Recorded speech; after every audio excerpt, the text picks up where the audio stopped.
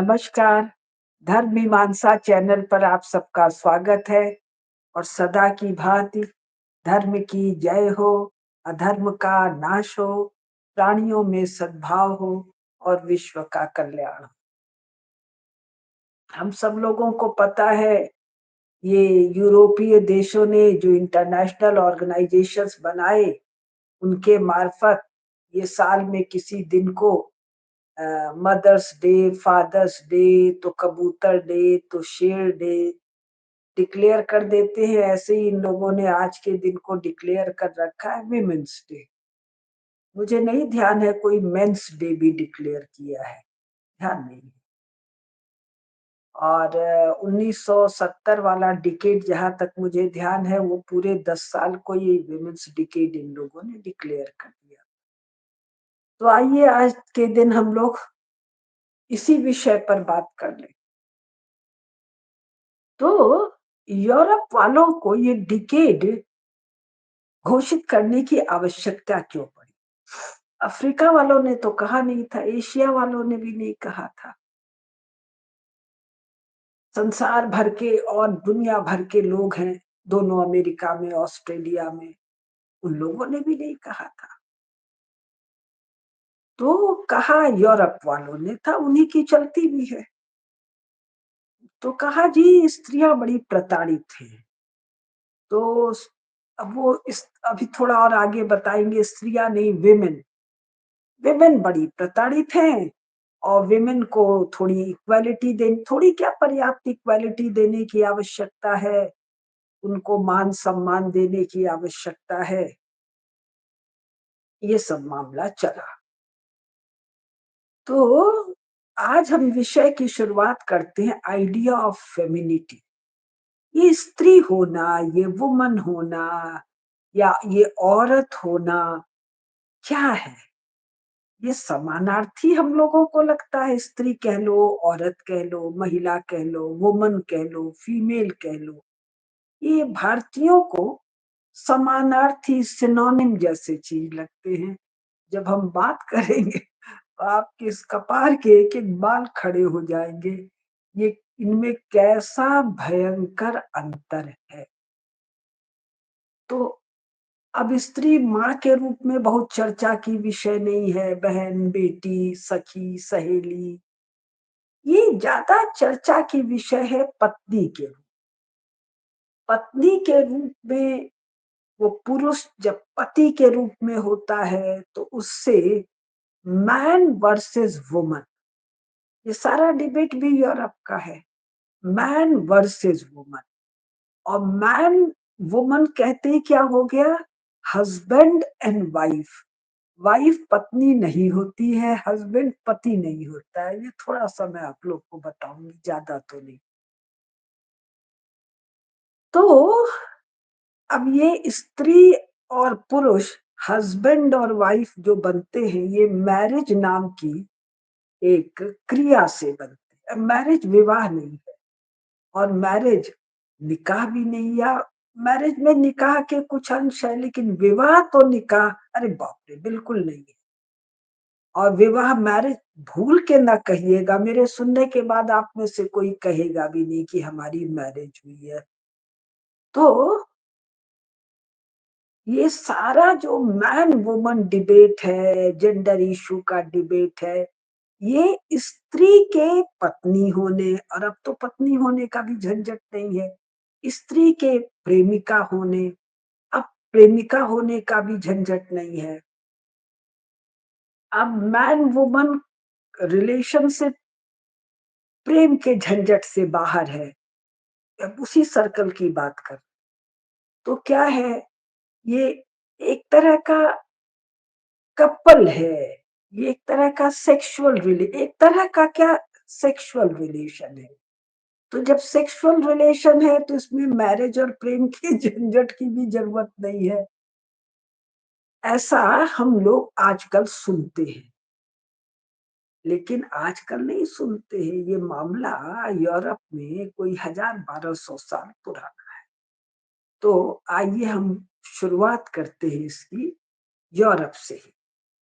तो यूरोप में एक चर्च नाम की चीज़, बाइबिल नाम की चीज़ जीसस से नहीं शुरू हुई, क्योंकि जीसस नाम का कोई प्राणी हुआ ही नहीं। इस पर मेरे बहुत भाषण सत्तोलॉजी पर है, और भी अन्यों के भी बहुत भाषण है।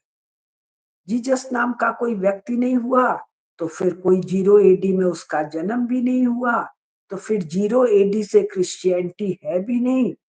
अर्नोल्ड टोइनबी के अनुसार 8वीं शताब्दी के आसपास चर्च यूरोप में दिखाई देता है, या जिसको क्रिश्चियनिटी कहते हैं वो यूरोप में दिखाई देता है।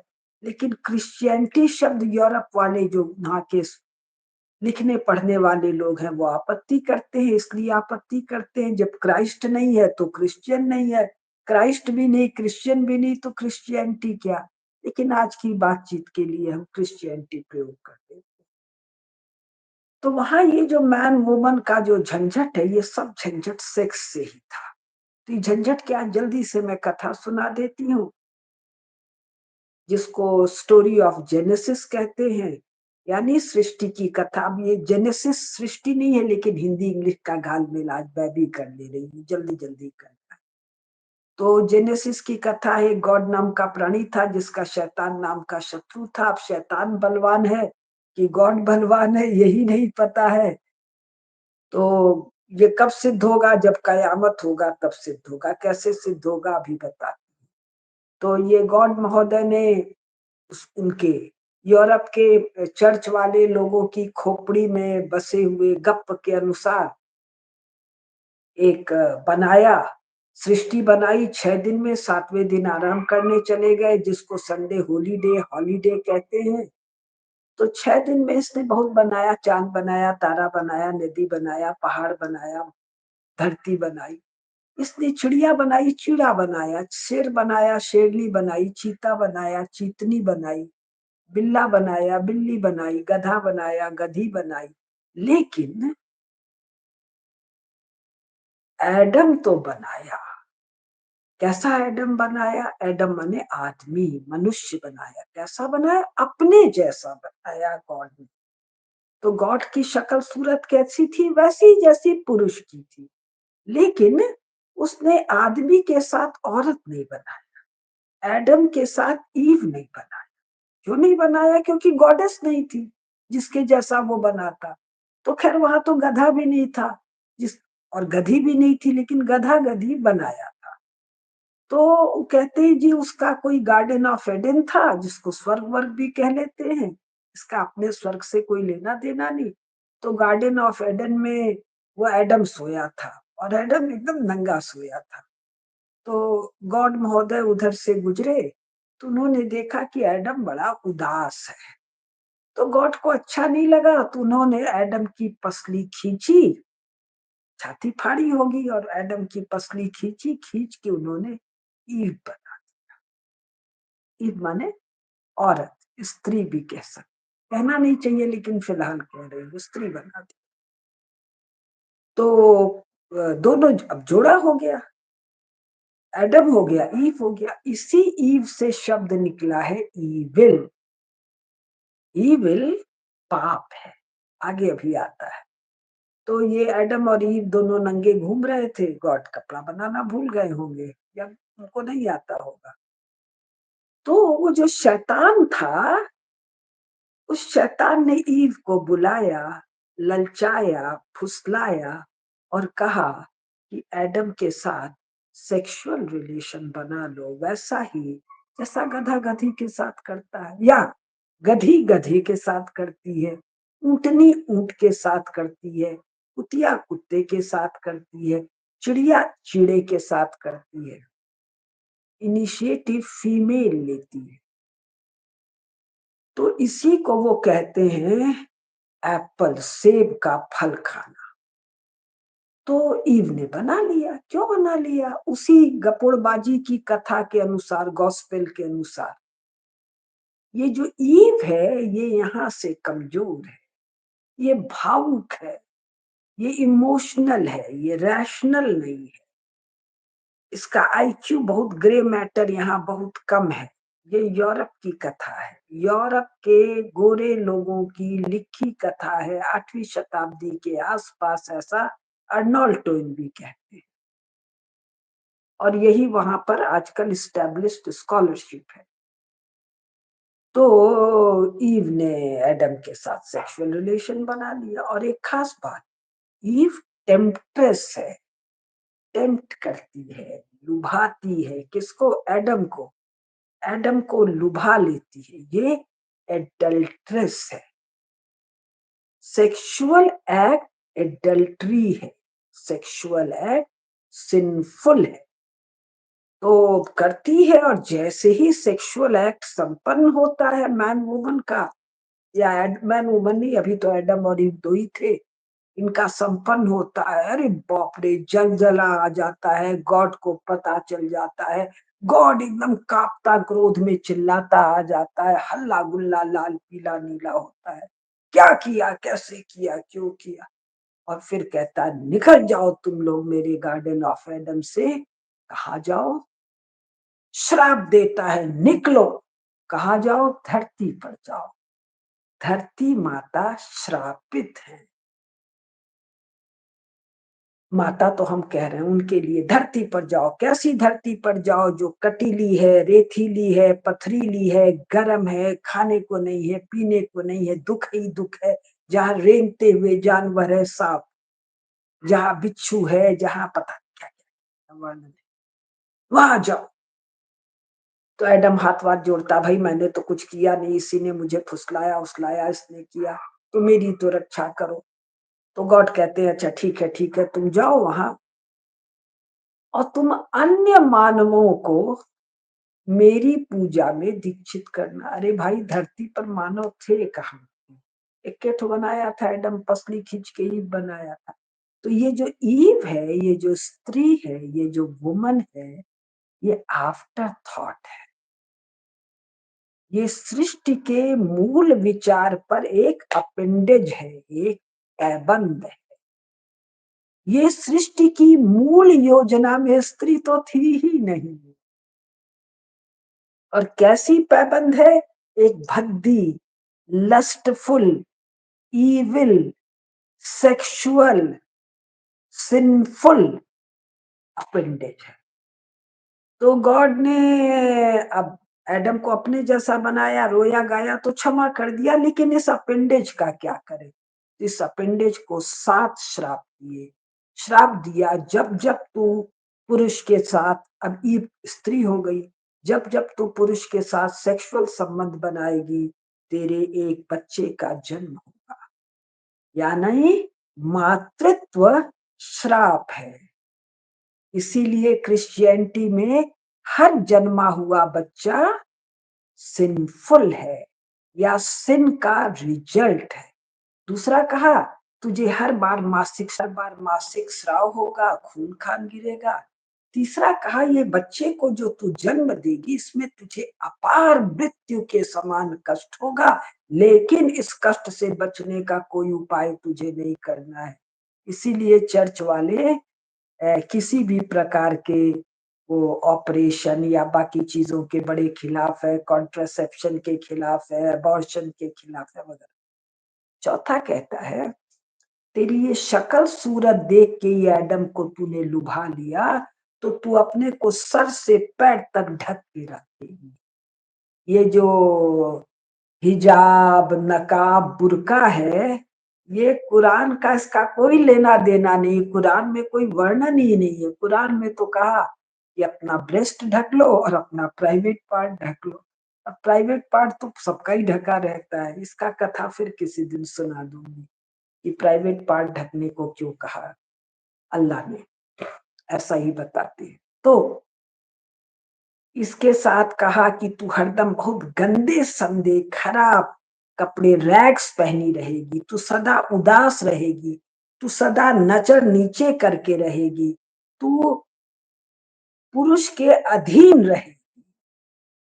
ये चर्च का है, भारतीय सनातन धर्म का नहीं है। तो ऐसे दो एक श्राप और है, 7 श्राप दी। अब ये तो कथा सुनाया, अब हुआ क्या? इसके साथ और लंबा है, हम जल्दी जल्दी सुना रहे। उन्होंने कहा ये सेक्स का जो इमोशन है, ये इतना मजबूत है, उद्दाम है, भयंकर है कि कोई पुरुष इसको संभाल नहीं सकता। ये अनमैनेजेबल डिजायर है। तो इस अनमैनेजेबल सेक्सुअल डिजायर के कारण पुरुष स्त्री के साथ जाकर पाप तो करेगा ही करेगा। तो इस पाप को लिमिट करने के लिए क्या कहा? One man one woman marriage. A man can do sin with only one woman. This woman can do sin only with a man. इसीलिए यूरोप वाले कहते हैं marriage is a licensed prostitution. और इसका हिंदी करके ये इसको हर समाज पर थोप देते हैं। कौन थोप देते हैं? जो अनपढ़ है, जो इडियट्स है, जो स्टूपिड है, जो अपने को मॉडर्न बनते हैं लेकिन यूरोप से मॉडर्निटी को ये लोग यूरोप से जोड़ते हैं, लेकिन यूरोप का एबीसीडी जिनको नहीं पता है वो इडियट इलिटरेट्स कहते हैं, हिंदी अनुवाद कर देते हैं। तो अब ये जो मैरिज है ये क्या है? चर्च के अनुसार या क्रिश्चियनिटी के अनुसार या चर्च के पादरियों के अनुसार 8वीं शताब्दी से लेकर अभी 21वीं शताब्दी तक, या इनका जो दावा है कि 0 एडी से लेकर 2025 तक, Stree will remain in the domination of man. Man as husband, woman as wife. अब इसका डिटेल सुनिए। पुरुष स्त्री को बेत से, लात से, मुक्के से, जूते से, चेन से, जंजीर से वाइफ को रेगुलर पीट सकता है। इस पीटने को कानून की मान्यता है। कहाँ? इंग्लैंड में, फ्रांस में, जर्मनी में, अमेरिका में, हर जगह वाइफ बीटिंग इज लीगलाइज्ड। लेकिन कहा ये कि अंगूठा के बराबर डंडे से मारा जाए। ये कानून कब बना? ये 19th सेंचुरी में बना। 19th में है शायद कि 20th में है, 1900 कुछ में है या 1800 कुछ में है कि हस्बैंड को वाइफ को कूटा मारा जाए, लेकिन उसका अंगूठा, मेरा अंगूठा तो पतला सा है, पुरुष का अंगूठा तो और मोटा, उन सबों का तो और मोटा, उतने मोटे डंडे से मारा जाए, उसके समस्त वस्त्र उतार के उसको मारा जाए। कहाँ का बता रही हूँ? उन ठंडे हिमाच्छादित प्रदेशों का। अगर मारते मारते लहू लुहान का, इस सब कानून की बात कर रही हूँ, वहां का supreme court, high court, jurisprudence जिसका नकल भारतीय संविधान है, मारते मारते उसको घायल करके वो सड़क पर उसको डाल दे, ये नॉर्मल प्रैक्टिस है। तो उस लड़के जो इस पत्नी जो वाइफ बन गई है, उसका माँ भी है, पिता भी है, भाई है, उनमें से कोई उसकी रक्षा नहीं कर सकता है। अगर वो भाग के अपने मायके जाए और घर के अंदर प्रवेश दे दिया तो घर वालों को कानून सजा देगा। कानून कौन है? चर्च है और स्टेट। अब इसमें और आगे आगे कथा है। वो चाहे तो वाइफ को बेच दे, चाहे तो नहीं, नॉर्मल प्रैक्टिस है। वो पुरुष का मन भर गया, पुरुष का नहीं, पर हस्बैंड का मन वाइफ से भर गया तो उसको वो बेच दे। कितने में बेच दे? अब कोई काम लायक तो है नहीं, तो उसके बदले एक मुर्गी मिल जाएगी या 4 अंडे मिल जाएंगे। थोड़ी ढंग की है तो शायद एक बकरी भी मिल जाएगी। आ, अगर वो स्त्री ज्यादा बोलती है तो चर्च बकबक करने वाली स्त्री को सजा देता है। क्या सजा देता है? उसके मुंह में एक यंत्र फिक्स कर देता है। यंत्र को जब चलाते हैं तो मुंह फटता जाता है, यंत्र बाहर निकलता है। अब अचानक मेरे को यूट्यूब में वो जो छोटे छोटे आते हैं, क्या बोलते हैं, शॉर्ट्स या क्या कहते हैं, वो मुझे दिखने लगे और मुझे 4-5 चैनल दिखे। आप लोग ध्यान से सुनिए, सब्सक्राइब कर लीजिए और इन बातों को देखिए। मिडीवल मैडनेस, मध्यकालीन पागलपन, मिडीवल मैडनेस। दूसरा है कैप्टिवेटिंग हिस्ट्री, तीसरा है हिस्टोरिकल फोटोज़, एक है हिस्ट्री कनेक्ट, एक है इकोज़ और एक है दी बनाना या दी बनाना। तो 1, 2, 3, 4, 5, 6 ये 6 मुझे दिखाई दिए और मेरा मानना है ऐसे पचासों चैनल होंगे। मुझे अच्छे ढंग के दिखे तो इसका नाम मैंने नोट कर लिया। आप लोग इनको सब्सक्राइब कीजिए और देखिए और चैनल अगर आप लोगों को मिले तो क्या बोलते हैं ना कमेंट बॉक्स में लिखिए, मेरा भी ज्ञानवर्धन होगा। तो अब ये स्त्री-पुरुष वाला मामला झंझट इतना बढ़ गया कि 15वीं शताब्दी खास करके 13वीं 14वीं से शुरू किया गया। कहा गया ये जो वुमन है ये शैतान से प्रेरणा पाकर सेक्सुअल एक्ट की थी। ये सेक्सुअल एक्ट ही ओरिजिनल सिन है। तो ये जो है ये शैतान की चेली है, ये शैतान की एजेंट है। तो इसको क्या कहा गया? विच, WITCH। ये विच विच जो है ये भूतनी है। ये भूतनी तो थोड़ी अच्छी चीज लगती है।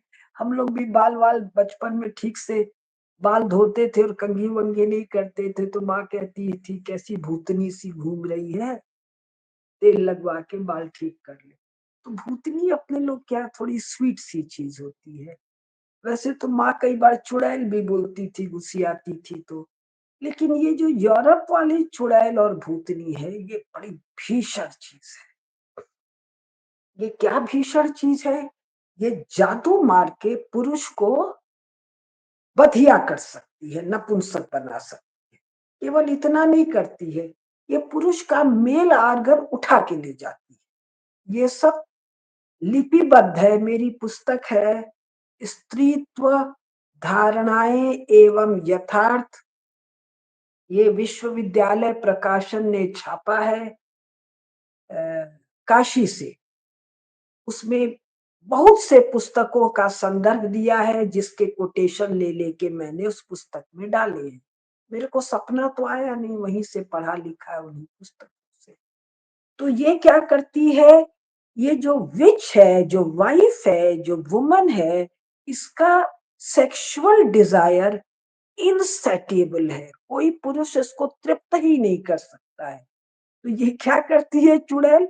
बहुत सारे पुरुषों के अंग को चुरा कर, जननांग को चुरा कर ले जाती है, घोंसले में रख लेती है और जब चाहती है किसी को जीवित कर देती है और उससे अपना जो बहुत नारकी वर्णन है, घृणास्पद वर्णन है, पोर्नोग्राफी, पता नहीं उसके सब वर्णनों को मार करता हुआ वर्णन है। वो ना तो मैंने डिटेल में पढ़ा भी नहीं, 2 एक पढ़ के घिन आया छोड़ दिया।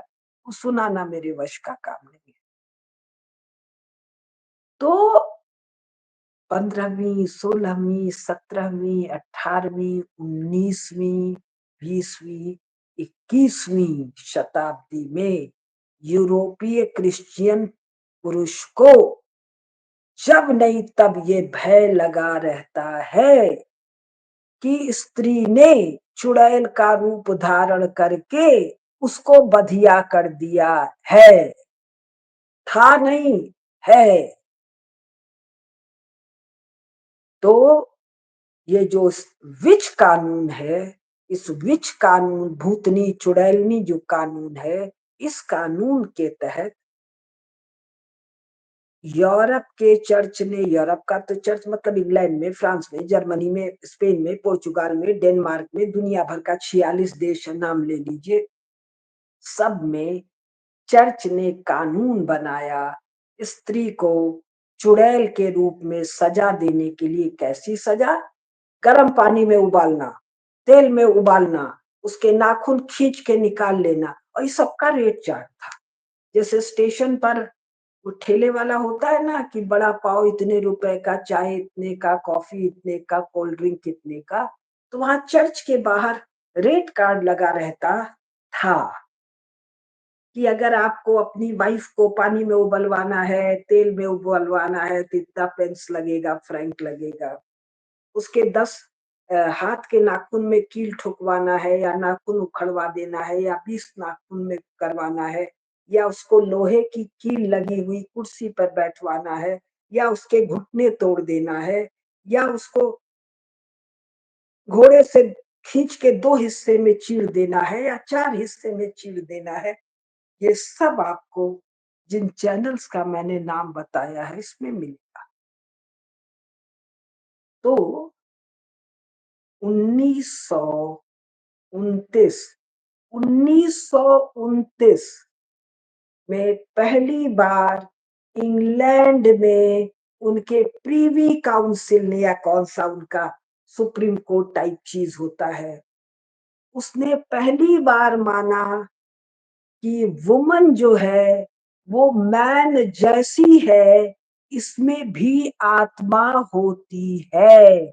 1929 में केवल इंग्लैंड ने माना, फ्रांस ने नहीं, जर्मनी ने नहीं, स्पेन ने नहीं, पुर्तगाल ने नहीं, स्पेन और यूएसए ने भी नहीं। सेकेंड वर्ल्ड वॉर खत्म हुआ है 1945 में। 1952, 53, 54 या 56 में विच एक्ट के तहत ब्रिटेन में स्त्री को सजा दी गई कि ये स्त्री चुड़ैल है। और यूनाइटेड स्टेट्स ऑफ अमेरिका में आदित्य सत्संगी जी ने मुझे बताया सत्तोलॉजी चैनल पर टॉक करते समय कि 2022 में आज से 3 साल पहले विच एक्ट रिपील किया। तो भारत में जेंडर स्टडीज के हर विश्वविद्यालय में सेल केंद्र बने हुए हैं यूजीसी के ग्रांट से। एक भी यूजीसी के ग्रांट से बने हुए जेंडर स्टडीज सेल के एक भी प्राणी ने इस विषय पर कुछ छापा है? उनको कोई जानकारी है? नहीं। मैं दावे के साथ कहती हूँ, कभी कभार मैं देखती हूँ, मेरे ध्यान में आज तक कुछ। तो 20वीं शताब्दी नहीं, 21वीं शताब्दी तक, आज तक वाइफ बीटिंग नॉर्मल प्रैक्टिस है। कैसी बीटिंग? एक आध थप्पड़ बप्पड़ धक्का वक्का नहीं, पैंट से बेल्ट निकाल के बेल्ट से कुटाई, ब्लैक एंड ब्लू, चमड़ी उधेड़ देना और उसके बाद सेक्सुअल एक्ट में इंगेज कर। और यूरोप का क्रिश्चियनिटी कहता है the woman enjoys sex after such merciless beating। इसीलिए rape laws, Anglo Saxon rape laws क्या कहते हैं? रेप हुआ कि नहीं हुआ ये कैसे सिद्ध होगा? Because woman enjoys cruelty, sex after cruelty. तो क्या ये क्रूवेल्टी उसके देह में ऐसे प्रमाण है कि अमानुष्य की यातना? बेल्ट से पीटना तो नॉर्मल है, हस्बैंड का राइट है। ऐसी अमानुष्य की यातना है कि ये सिद्ध हो जाए कि ये रेप, ये क्रिया उसकी इच्छा के विरुद्ध हुआ। इसीलिए हिंदी फिल्मों में आप देखते हैं रेप स्त्री के साथ किस तरह की बातें सुनी जाती। तो मैरिज क्या है? अब हम लोग जल्दी जल्दी आ जाए। मैरिज है licence for limiting sin. Monogamy जिसको लेके इतना तबला बज रहा है भारत में, ये मोनोगैमी एक वस्तुतः एक सिंफुल कंसेप्ट है of the mind of sinful priest of Europe. तो अब जल्दी से निकाह पर आ जाए। निकाह और कमाल की चीज है। औरत शब्द का अर्थ है कुल, स्त्री की योनि। औरत माने कुल इतना। तो इस्लाम, कुरान, शरिया फरिया में औरत ही शब्द है। औरत भी नहीं, शब्द औरात है। तो ये औरात का मतलब केवल जननांग है, तो निकाह क्या भला है? हमने खूब पढ़ा था और जो बताने जा रही हूँ ये भी पढ़ा था, लेकिन अपने दिमाग से पढ़ने पर भी स्लिप कर जाता है। एक बार मैं देख रही थी, वो फतह का फतवा आता था एक इलेक्शन के समय, तारिक फतह का, तो तारिक फतह का कोई डिबेट हो गया मौलाना से, उसने कहा तुमने अपनी बेटी का निकाह में तुम गए थे, तुम देखे? तारिक फतह बहुत गर्म हो गया, मैं कैसे देखूंगा अपनी बेटी का निकाह? हमको लगा भाई बेटी का निकाह तो देखना ही चाहिए, माता पिता नहीं रहेंगे तो कैसे? क्योंकि मेरे चित्त में क्या था, निकाह इक्वल टू विवाह, और जबकि ये सब हम पढ़ चुके थे जो अभी बताने जा रहे हैं, फिर भी वो दिमाग से गायब हो गया था। मेरे जैसा व्यक्ति जो इस्लाम को और क्रिश्चियनिटी को इतने विस्तार में पढ़ा था। तो निकाह क्या है? Penetration of vagina by man. तो वो वेजिना को किराए पर लेता है, निकाह कुल इतना है। तो निकाह जो इसको मेहर कहते हैं वो रेट तय करता है, भाई well I am hiring you, not buying you, not purchasing you. Purchasing, I'm only hiring your vagina for a simple reason to penetrate it, and for this I pay you certain wages. कुछ मजूरी देंगे, कुछ उजूरत देंगे या उजरात देंगे, राजा। ऐसा घृणास्पद, घिनौना, जुगुप्सित का अ, विचार। तो कितना देंगे? तो एक हदीस आता है कि कोई लड़ाई फड़ाई का मामला था, उससे रसूल से पूछा गया कि साहब इसको हम कर रहे हैं, कितना दे? बोले 2 खजूर दिया जा सकता। ये है निकाह। और विवाह क्या है? अच्छा हाँ, इसको थोड़ा-सा और समझा दें। और ये कहते हैं कि निकाह अगर मुकम्मल नहीं, यू डिडन्ट पेनिट्रेट, तो फिर काहे का मेहर, कैसा मेहर? I did not use the home, so no किराया, आउट। इसका और बहुत विस्तार है, वो सब में हम नहीं जा रहे हैं।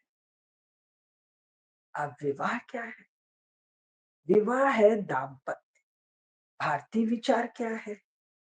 स्त्री पुरुष दोनों द्विदल है, दाल है, दाल का एक स्त्री है, एक पुरुष है, कोई भेद की बात नहीं, पूर्ण समानता है। यहाँ तक कि पुरुष यदि कोई धार्मिक कृत्य करता है अपनी पत्नी के बिना, तो वो पूरा ही नहीं होता है। तो स्त्री पत्नी के रूप में सहधर्मचारिणी है। अभी केवल मैं विवाह वाले पर ही आती हूँ। और विवाह का प्रयोजन क्या है? राष्ट्र के लिए वीर, तेजस्वी, तपस्वी, श्रेष्ठ, विद्वान, उदात्त विचारों वाली धर्मात्मा प्रजा को उत्पन्न करना। तो अ, स्त्री पुरुष प्रणय या पति पत्नी प्रणय, पति पत्नी अभिसार एक अत्यंत श्रेष्ठ, आनंद, पवित्र धर्म कार्य है। हमारे यहाँ 9 रस कहे गए हैं, 9 रसों में श्रृंगार रस रसराज है, श्रेष्ठतम है। हमारे यहाँ ब्रह्मा विष्णु महेश में महेश महादेव हैं। महेश महादेव की युगल मिथुन मूर्तियां हमारे मंदिरों पर लाखों की संख्या में अंकित है। महादेव और उमा की मिथुन मूर्तियां, युगल युगल इतना विस्तार में मैं नहीं जा रही हूँ। इसीलिए हमारे यहाँ विवाह में, या ऐसे भी देखिए, राजा रानी दोनों एक साथ सिंहासन पर बैठते हैं, राजकाज एक साथ होता है, यज्ञ में एक साथ बैठते हैं। इसका और बहुत विस्तार है जिसमें मैं नहीं जा रही हूँ। तो मूर्ख और अनपढ़ क्या कहते हैं? हमारा मैरिज हो रहा है, हमारी बिटिया का मैरिज हो रहा है, हमारे बेटे का मैरिज हो, क्योंकि ये विवाह था, प्रेम प्रणय इसका अधिष्ठान है। तलाक का कोई बात ही नहीं है, डाइवोर्स का कोई बात ही नहीं। तो अब इसके से भी आगे हम थोड़ा-सा और बात करना चाहते हैं कि अब हो गया है कि साहब विवाह ना करके लिव इन में जाएँ। तो ये विवाह नहीं करने का जो मूल कारण हो रहा है, विवाह के बाद अगर निभा नहीं, तो भारत में एंग्लो सैक्सन कानून हिंदू मैरिज एक्ट में आ गया है। तो साहब वो डाइवोर्स अलग होने की प्रक्रिया इतनी कॉम्प्लिकेटेड है कि केवल पति नहीं, पति का खानदान कंगाल कर दिया जाता है।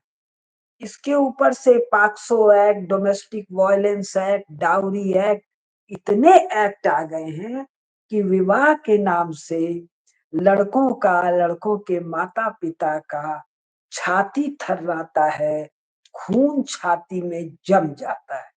तो भैया जाओ तुम लोग लिव इन ही में रह लें, इस चुड़ैल के पक्के लीगल बंधन से तो मुक्ति रहे। इस लिव इन रिलेशन में स्त्री के लिए या वुमन के लिए पुरुष 1 सिगरेट, 2 सिगरेट, 3 सिगरेट या कोको कोला, थम्स अप या कपड़े बदलना, ये मुझे जरा भद्दा लगता है कहना। तो जब स्त्री पुरुष को ऐसे देख रही है, तो पुरुष भी तो देख रहा है कि तूने कितनी बार कपड़े बदला है। फिर उस वुमन का, उस फीमेल का, उस लेडी का क्या मान प्रतिष्ठा पुरुष की दृष्टि में बचा रहे।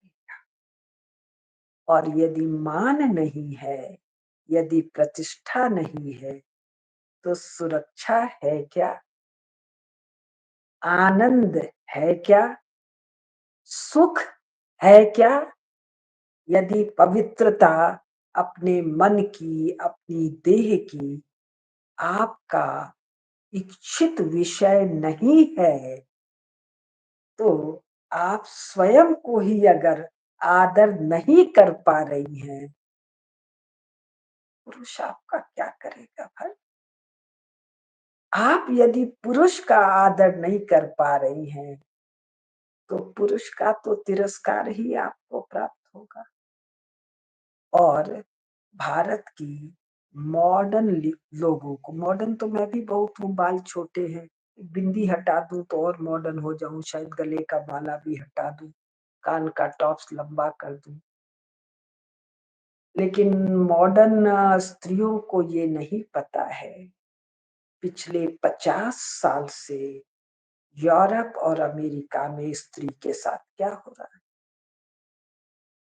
यानी जब कानून बन गए कि साहब इसमें सोल है, ये मनुष्य जैसी नहीं मनुष्य ही है, जब ये भी कानून बन गए कि इसको चुड़ैल नहीं माना जाएगा, क्योंकि पुरुष को चुड़ैल नहीं माना जाता है, ये भी कानून बन गया कि अगर स्त्री वाइफ के रूप में सुखी नहीं है, तो वो तलाक ले सकती है।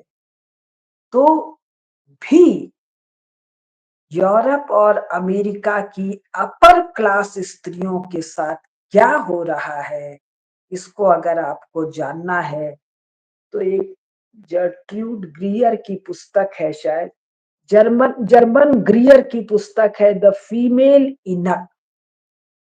ये पुस्तक 1975 में शायद छपी और उसके 50 साल बाद 2000 1978 में छपी, याद नहीं आ रहा, 75, 73, 78 में। 50 साल बाद 2023 में छपी और लेखिका कह रही है कि मैं यूरोप और अमेरिका के साधारण स्त्री की बात नहीं कर रही हूँ, अपर क्लास स्त्री की बात कर रही हूँ। आप अगर उस पतली सी किताब है, अगर आप उस पुस्तक को पढ़ पाए तो हमको नहीं लगता आप लोग पढ़ पाएँगे। मेरे जैसा पढ़-पढ़ के सीज़न्ड और कठोर हुआ चित्त किसी उपाय से एक-एक चैप्टर 10 पेज 12 पेज का पढ़ पाता था। कैसी यातना, कैसी क्रूरता, कैसा तिरस्कार, कैसा धिक्कार! First world war, second world war, inter war period, cold war में यूरोप की गोरी स्त्रियों के साथ गोरे पुरुष किस प्रकार का नारकीय कर्म कर रहे हैं, सब कानून बनने के बाद। क्यों? क्योंकि वह तिरस्कृत है, धिक्कार योग्य है। उस मॉडर्न यूरोपियन स्त्री का नकल करके तुम किसका आदर पालोगी भाई? तुम अधिकतम प्रयास कर रही हो यूरोप की गोरी स्त्री का नकल करने का, तो कम से कम भाई ये फीमेल इनर एक पतली सी किताब खरीद लो और पढ़ लो। तो आज 41 मिनट हो गया, विषय करीब करीब पूरा हो गया। वैसे एक चीज और बता दूं फिर मैं पूरा कर दूं। ये चूंकि विमेन्स डे है इसलिए ये बात बताना जरूरी है।